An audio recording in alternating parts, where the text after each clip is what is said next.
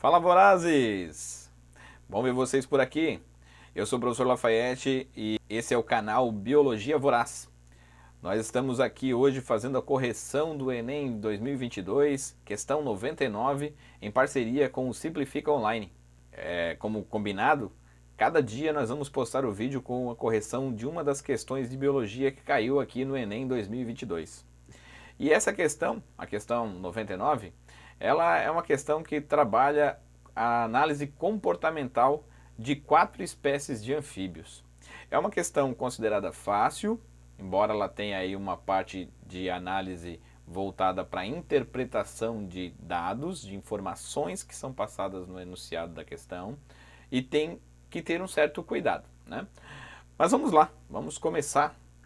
Para isso, deixa eu selecionar aqui a minha caneta. E vamos tirar alguns dados importantes da questão. Primeiro, desde a proposição da seleção natural por Darwin, os seres vivos nunca mais foram olhados da mesma forma. Essa parte do texto está querendo fazer você olhar para isso dentro do ponto de vista da evolução. Depois, em seguida, diz que, no que diz respeito à reprodução de anfíbios anuros, os cientistas já descreveram diferentes padrões reprodutivos, como os exemplificados a seguir. Então, vamos analisar aqui o que nós temos. Nós temos uma informação que envolve a teoria da seleção natural, que daí faz você pensar um pouquinho na questão da evolução. E se você não tiver um bom conhecimento sobre evolução, pode acabar errando por influência dessa parte do enunciado. Depois, está falando de anfíbios anuros. Quem são os anfíbios anuros? Anfíbios são organismos, né, vertebrados que têm uma fase de vida aquática ou dependente da água e uma fase de vida terrestre. Por isso, anfíbio, dupla vida, né? E anuros são anfíbios sem caudas, né? A, prefixo de negação, uro, cauda. Então são os sem cauda. Trazendo aqui para o nosso português clássico, são sapos, rãs e pererecas. Os cientistas descreveram diferentes padrões reprodutivos. Há entre esses vertebrados uma variedade muito grande de espécies. E automaticamente cada espécie, vivendo em seu habitat e desenvolvendo seu nicho ecológico, vai apresentar padrões reprodutivos diferentes. Em especial, né, a gente sabe muito sobre sapo. Né? E aí muitas vezes as pessoas trazem isso para o seu dia a dia ou levam isso para uma avaliação como essa. E aí pode acabar padronizando e achando que todas as espécies de anfíbios fazem a reprodução do mesmo jeito. Mas não é bem assim. Aqui nós temos citado 4 espécies diferentes e cada espécie adotou ou possui, podemos assim dizer, um mecanismo reprodutivo diferente. Então vamos lá. Um padrão reprodutivo da espécie 1 diz assim: ela produz 5.000 gametas e são depositados diretamente nas lagoas temporárias de estação chuvosa, ou seja, dentro de uma poça d'água. E lá o ovo vai sofrer todo o processo de desenvolvimento até a metamorfose. E não depende dos pais. Ou seja, aqui o cuidado parental, a supervisão dos pais, não existe. Podemos fazer uma relação aqui com o fato de essa espécie produzir muitos gametas. 5.000 gametas, por que isso? Porque em nenhum momento os pais vão ficar cuidando. Então é provável que muitos deles venham a morrer ao longo do processo de desenvolvimento, quer seja por predação, né? Por muitas vezes uma lagoazinha dessa aí pode diminuir muito o volume de água e aí acabar por morrerem todos ou quase todos. Não dar tempo deles se desenvolverem. Então quanto mais gametas, mais fecundação, mais chance, né, de os organismos novos aí sobreviverem. A espécie 2, por sua vez, investe menos em gametas. Né? Nós temos aí que a espécie 2 produz mais ou menos 200 gametas, também são depositados em água, só que agora são pequenas poças próximo aos corpos d'água, e ali, sob supervisão dos machos, eles ficam, né, se desenvolvendo. E aí não vai fazer essa supervisão o tempo inteiro, mas pelo menos uma boa parte, provavelmente na parte embrionária, né, até que eles atinjam uma certa estatura e uma condição de sobrevivência, o macho fica supervisionando, depois ele segue seu rumo. A espécie 3, as fêmeas produzem menos gametas, né, 20 gametas apenas, comparado à segunda espécie, é 10% desse total de gametas, e não é mais depositado os ovos na água, e sim em folhas de plantas, que provavelmente são macrófitas emergentes, que se desenvolvem acima da superfície do corpo d'água, né? Então isso normalmente a gente percebe que é um hábito comum de pererecas, que elas vão para essas folhas ficam em cima dos corpos d'água, ali ocorre a cópula, a fêmea libera o gameta feminino, o macho masculino, ocorre a fecundação externa, e esses ovos são devidamente embrulhados ou protegidos pelas folhas, e assim que esse ovo se desenvolve de embrião para a fase de girino, quando ocorre essa eclosão, eles caem na água e aí desenvolvem boa parte da vida na forma de girino dentro da água e não mais nas folhas.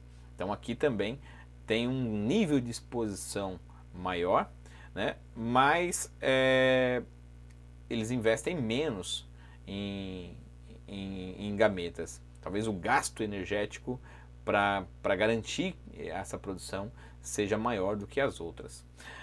A espécie 4, por sua vez, ela vai fazer diferente.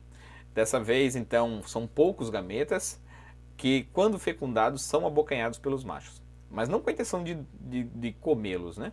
Eles vão parar naquele saco vocal que eles têm logo abaixo da boca, ali aquela espécie de bolsa que eles usam para inflar e produzir seus sons, e ficam ali até a metamorfose. E agora nós vamos fazer uma análise das alternativas e ver qual delas, né, pode ser vista como mais correta. Vou trocar aqui a caneta. Então vamos lá. A alternativa A, ela facilmente pode ser descartada, porque aqui está falando que as fêmeas elas influenciam o comportamento dos machos. Bom, na primeira alternativa a gente nem tem nenhuma informação sobre machos. Na segunda a gente tem uma informação que os machos ficam vigiando. A terceira, de novo, a gente não tem. E na quarta a gente tem. Então, como isso não é unânime nas 4 espécies, a gente não sabe se influencia ou não, então a gente já vai logo descartando essa aqui. A B fala de cuidado parental. O que é cuidado parental? É quando, em boa parte do desenvolvimento de um organismo novo, ele vai ser cuidado pelos pais. Então, se a gente pensar, por exemplo, em espécies como as tartarugas marinhas, elas vêm na praia, cavam um buraco, colocam ali vários ovos, muitos ovos, fecham o buraco e vão embora. Elas não voltam para ver se sobreviveram, se não sobreviveram. Então, o gasto energético delas com a produção de muitos ovos é justamente para garantir que alguns deles consigam sair daquele buraco e depois enfrentar uma vida no oceano até que possam se reproduzir. Então, quanto mais filhotes produzirem, quanto mais filhotes chegarem à fase adulta, melhor para a espécie. Então, o cuidado parental, ele é muitas vezes necessário, mas não é o caso aqui, porque a gente viu que na espécie 1, né, não tem, né, nenhuma dependência aí dos pais. Então a gente pode cuidar de arriscar ela também, né? A alternativa C, o grau de evolução determina o comportamento reprodutivo. Aqui é uma coisa interessante, né? Como lá na frente, lá no começo da questão, falou em teoria da seleção natural, algumas pessoas vão ficar com isso na cabeça. E aí vão acreditar que isso tem a ver com evolução. E podem, né, ser levadas ao erro e assinalar essa questão. O que a gente precisa deixar bem claro? O grau de evolução significa o quão evoluída é uma espécie, não pode ser aplicado numa comparação entre espécies. Por quê? Porque muita gente carrega consigo isso, né? Dizer assim, uma bactéria é menos evoluída que um humano, porque ela é um procarionte e nós somos um eucarionte altamente desenvolvido. Bom, não é isso. Por quê? Porque evolução é mudança. Ou quer dizer que nós somos diferentes, somos. Mas cada um tem uma adaptação ao meio em que vive. Nós somos tão adaptados à nossa condição ambiental que sobrevivemos e dominamos quase que o mundo todo. Enquanto que as bactérias são altamente desenvolvidas e adaptadas à condição ambiental delas, que também acabam dominando quase o mundo todo.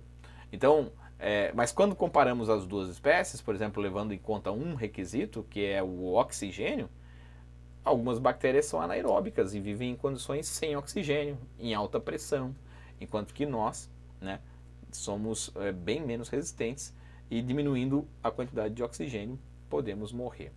Então, esse grau de evolução ali, comparando as 4 espécies, primeiro, todas elas, cada uma delas tem uma adaptação para o ambiente que vive. Por isso que uma coloca 5.000 gametas, outras 200, outro 20 e assim por diante. Isso demonstra adaptação, não grau de evolução. D. O sucesso reprodutivo pode ser garantido por diferentes estratégias ou estratégias diferentes. Bom, aqui já vou marcar ela como correta, até porque é uma questão que está já circulando o gabarito na internet.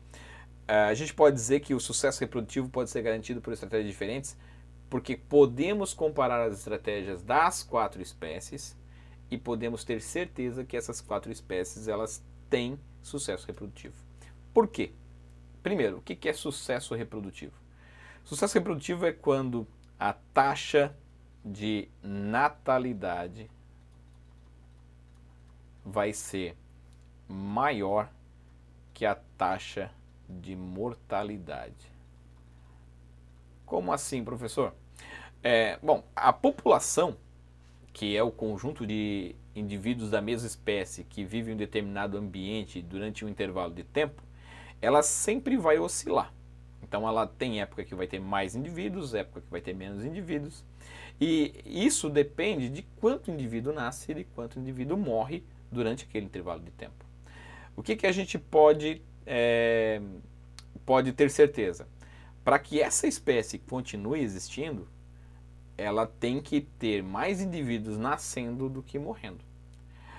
Quando uma espécie, como a espécie 1, investe 5.000 gametas para que algumas consigam chegar à etapa reprodutiva, né? Alguns desses espécimes consigam chegar na etapa reprodutiva, é porque talvez o ambiente onde ela se desenvolva é altamente competitivo ou tem um grau de predação mais elevado, ou seja, a taxa de mortalidade vai ser alta. Só que ainda assim, essa população, como ela está existindo, né, ainda está em existência, é porque a taxa de natalidade ainda é maior. Agora, se algum momento essa espécie tiver alguma dificuldade e não conseguir mais produzir a quantidade de gametas necessário, aí a população vai decrescer e nós teremos provavelmente a extinção dela, pelo menos naquele local. Então, sucesso reprodutivo significa a quantidade de indivíduos que você deixa depois que você morre. E aí a gente pode fazer uma análise mais ou menos assim. Você tem uma fêmea, você tem um macho, eles acasalam e o resultado disso vai ser a sua prole. A prole, ela pode ser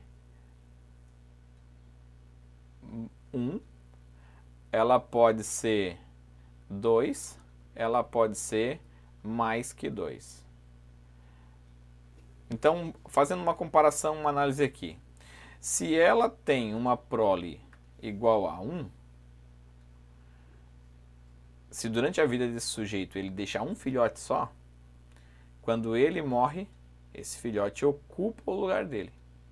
Quando o outro morre, e ele só teve um também, quer dizer que eles vão deixar uma lacuna. Ou seja, a população decresce. Se eles têm 2 filhotes, quando eles morrem, esses 2 filhotes ocupam o espaço dos 2 que deram origem a eles. A população está estável. Agora, se eles têm mais de 2 filhotes, então eles vão ter os 2 que vão ocupar o espaço dos pais e os demais são acréscimos na população. Então isso é o que a gente chama de sucesso reprodutivo. Ou seja, garantir que o seu filhote chegue até a fase adulta e se reproduza. E o investimento dos pais nisso é altíssimo, né? Cada espécie tem aí uma estratégia para garantir esse sucesso reprodutivo. Bom, então aqui nós temos que sucesso reprodutivo pode ser garantido por diferentes estratégias. Ou seja, temos 4 estratégias aqui e todas elas com certeza garantiram o sucesso reprodutivo dessa espécie. Aí, por que ela está errada? Aqui está dizendo que o ambiente induz modificações na produção de número de gametas femininos. Bom, de novo voltando para a questão da evolução. Algumas pessoas acham, né, porque aprenderam que o meio ele não altera as características da espécie, acabam gerando, né, uma situação de descartar completamente essa questão. Mas não é isso, né? Aqui está dizendo que o ambiente induz modificações na produção de números de gametas femininos. Isso é possível sim. Por exemplo, mulheres hoje, elas tomam pílula anticoncepcional e isso reduz o número de gametas liberado pelas mulheres. Por isso que elas não têm tantos filhos quanto tinham no passado. Obviamente, isso é uma forma de controlar o crescimento populacional. E é o ambiente que está induzindo, já que é um produto do ambiente, não é uma característica do próprio organismo, não é uma condição natural. Então a gente pode dizer que o ambiente pode se induzir. Mas por que aqui não se encaixa? Aqui não se encaixa por quê? Porque o número de gametas que está diminuindo aqui de 5.000 para 200, depois para 20, isso é uma estratégia do organismo. Por conta do gasto energético que produção de gametas envolve, dependendo da circunstância, o organismo ele produz menos, e isso ficou estabelecido como padrão da espécie, para poder, né, junto com as outras estratégias, garantir o seu sucesso como espécie. Não é o ambiente que define isso, não diretamente, né? Pode ter até um envolvimento aí no processo de seleção natural, foi selecionando os indivíduos que gastam menos energia, mas não é o caso aqui na questão. Então, poderia gerar uma confusão? Poderia. Mas, né, se o sujeito analisar um pouquinho mais, aqui está relacionado mais com o nicho ecológico do que com teorias de seleção natural ou de evolução propriamente dita.